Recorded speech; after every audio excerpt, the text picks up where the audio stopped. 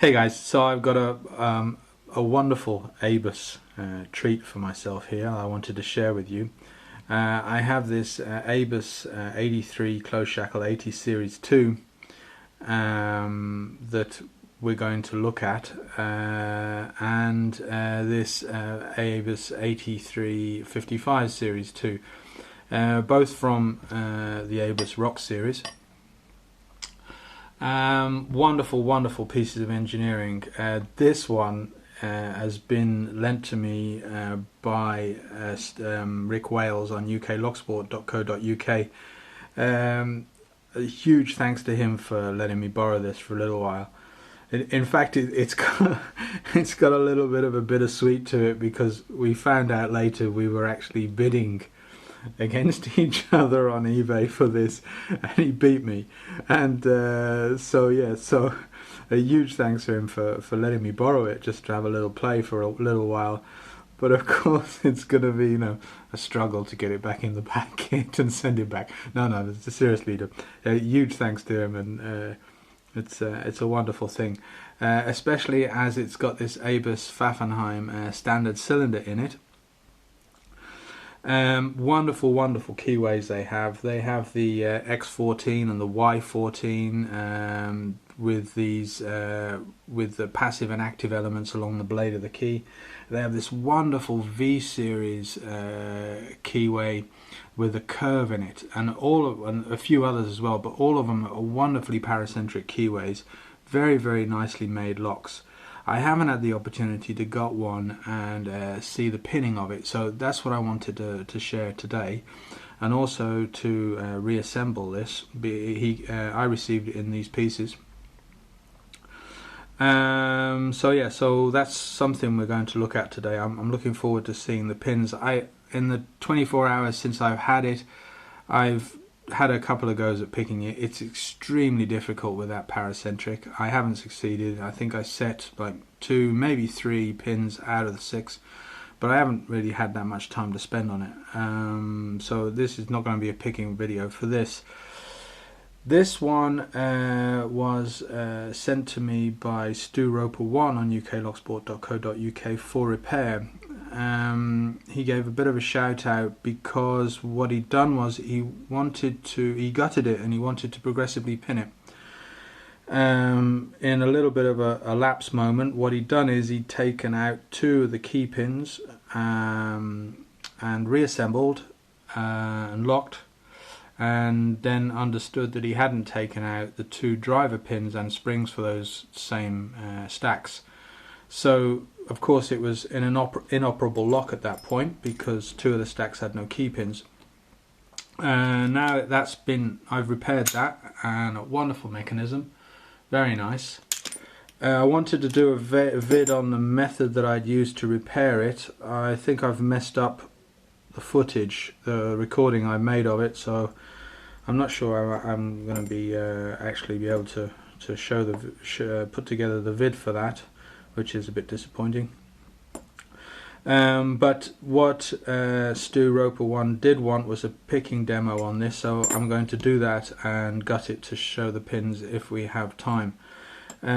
Really, I'm so happy to have these locks. I keep wanting to sort of every time I get a fingerprint on them, I just want to give them a good going over, because I just can't beat them. You can't beat them.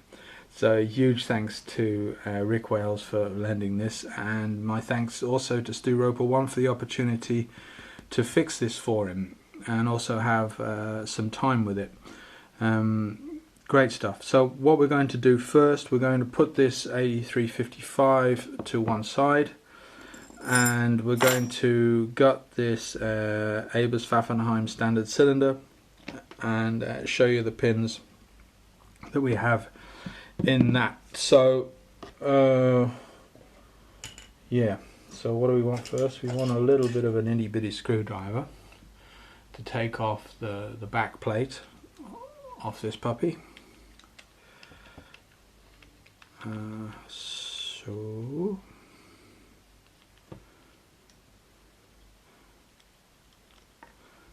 like so.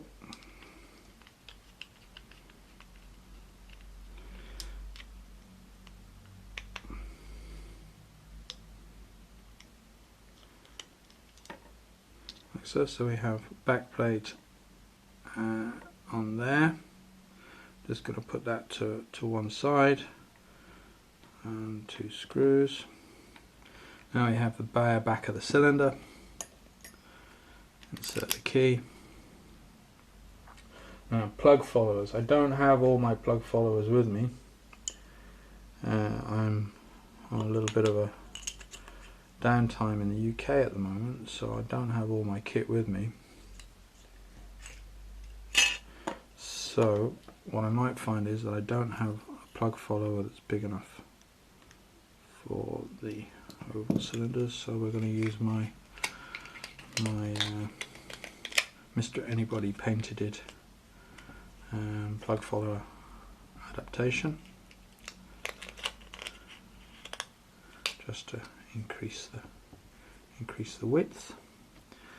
So we're going like this.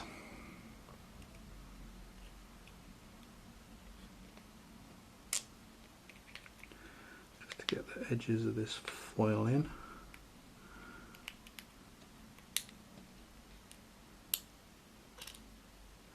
So key pins complete there.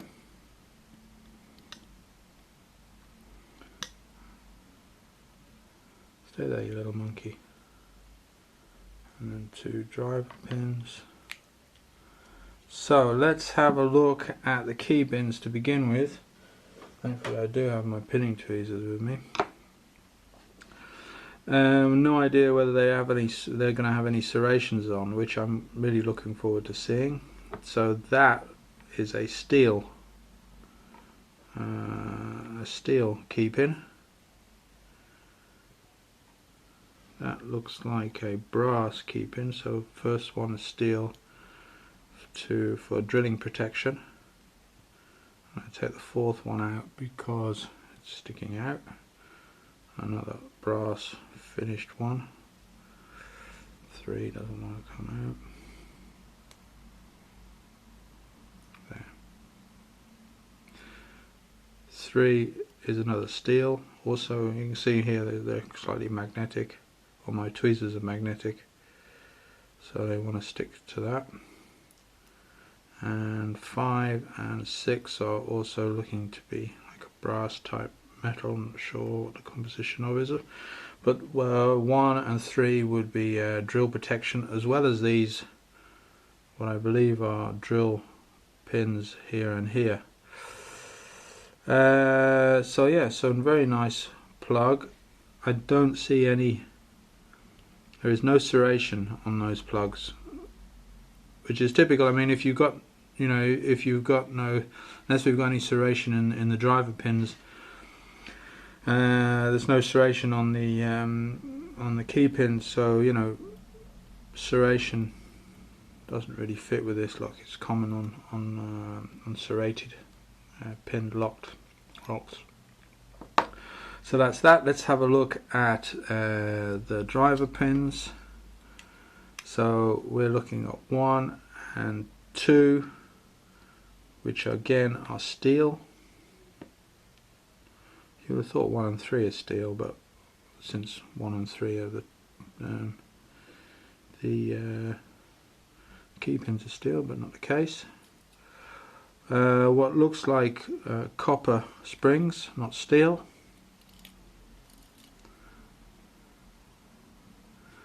And number 3 is a spool.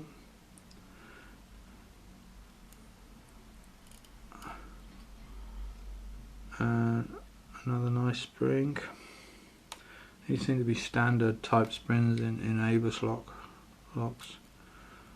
Number 4 is another spool, slightly shorter than that one, or it might be my eyes.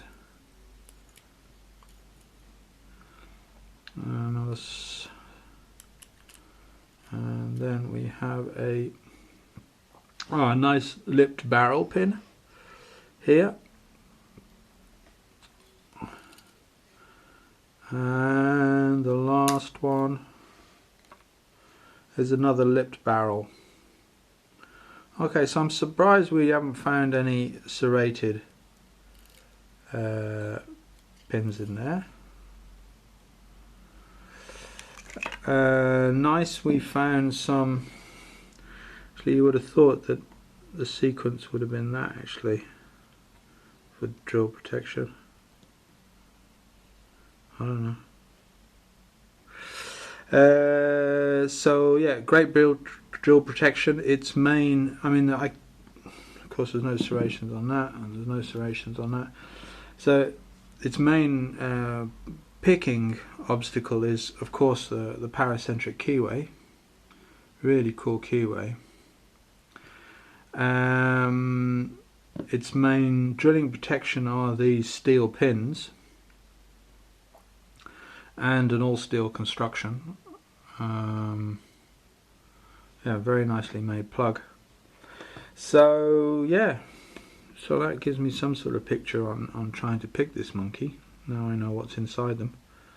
So I'm going to repin this cylinder, and then I'm just going to stop the video here just to repin the cylinder, and then what we'll do is I'll quickly reassemble this, and we'll go through the parts, and then we'll go back to the 8355. So let's just pause there, and to hopefully save some time for you, and I'll be back in a bit. So there's the cylinder pinned back up and reassembled with its back plate. So everything functioning normally. So let's now have a look over this. So first of all, just drop the ball bearings into the bottom there. Oh, one nice little tip: if you're reassembling a large padlock like this, and you have very large ball bearings or even small ones, and you can't get them to stay in place when you're reassembling, I highly recommend you coat them with a little bit of Vaseline, or just a daub of grease or a daub of Vaseline. Then they stay exactly where you want them to stay while you're reassembling, and it just gives a nice little bit of lubrication to the lock again. To the lock. Normally, I would re-lubricate a padlock like this when I'm reassembling it, but I know it's going next to someone else to have a play with, so I'm not going to make their time a messy time by gucking everything up for them. So that's in place there. So now we're going to put the actuator in. Now note, this is a closed shackle padlock. On an open shackle padlock, you would have a different indent on one side, one shallower one. That is so the ball bearing doesn't retreat as much, and it retains one side of the shackle in the padlock body as you open and then turn. It doesn't come out. But on a closed shackle padlock, you can't have that. So we're going to we can just pop this in anyway. It's got a little cutout here to prevent it from overturning, and you can just grab that. I recommend you have a pair of tweezers for operations like this. And it has got a little cutout down there that fits on the body.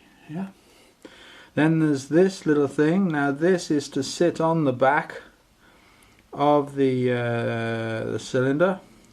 It's just to keep it steady and keep it tight against the base plate. So you just put that down there. And you see that? Like that. So we have the actuator on this side, and then the spring on this side. Then we want to put in the cylinder. Just give it a little wiggle just to allow it to drop in.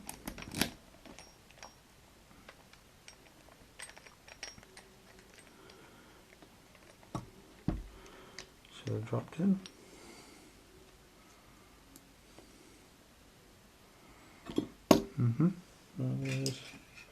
This one will turn that a little bit, like so. 90 degrees the other way would be better actually.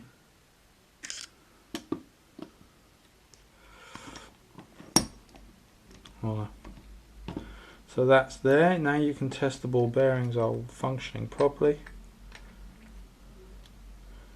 Open position and closed position, so that's fine. Key out. So you can see here it's like slightly sprung, yeah, on that spring that I put in earlier. So now you want to a nice thick base plate, really nice thick base plate on there. Sorry, wrong way. Clips in there. So that's that. Oh, yeah. One thing that I didn't notice before. Look at that screw head. That's an odd one, isn't it?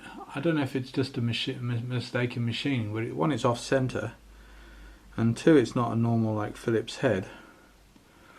It does fit a flat head, okay, but yeah. Anyhow, so you drop that in, give it a little bit of shooby-doo. There you go. So, functioning, doesn't matter, shackle can go in either way. You can have the Nano Protect symbol on there, facing this way. You can have it facing this way, whatever floats your boat. So what I found is this, that you've got to have it in the open position in order to drop that screw down, because it's catching on the ball bearing. Locked and open, so like that. Noticed here that if you turn it full against the plate, the key won't extract, so you just got a little inch in a clockwise direction in order to get the key to come out. Yeah, if you pulled it like that, it's not going to come out, so you just got to give it a little bit of a turn, and that's that. So that is a wonderful padlock in my book. I love it. Just give it a quick yeah. Beautiful, beautiful, beautiful. I'm gonna give a couple of goes at picking this over the next few days. I don't have that much time to do it actually, because yeah, I'm going places. But yeah, so huge thanks to Rick Wales for letting me borrow this, and it's a fantastic padlock. I really do wish I would have won it, mate. But hey, eBay's eBay, isn't it? And things happen that way. So let's put that to one side. It's a wonderful padlock, as you can see, and let's have a look at this little guy.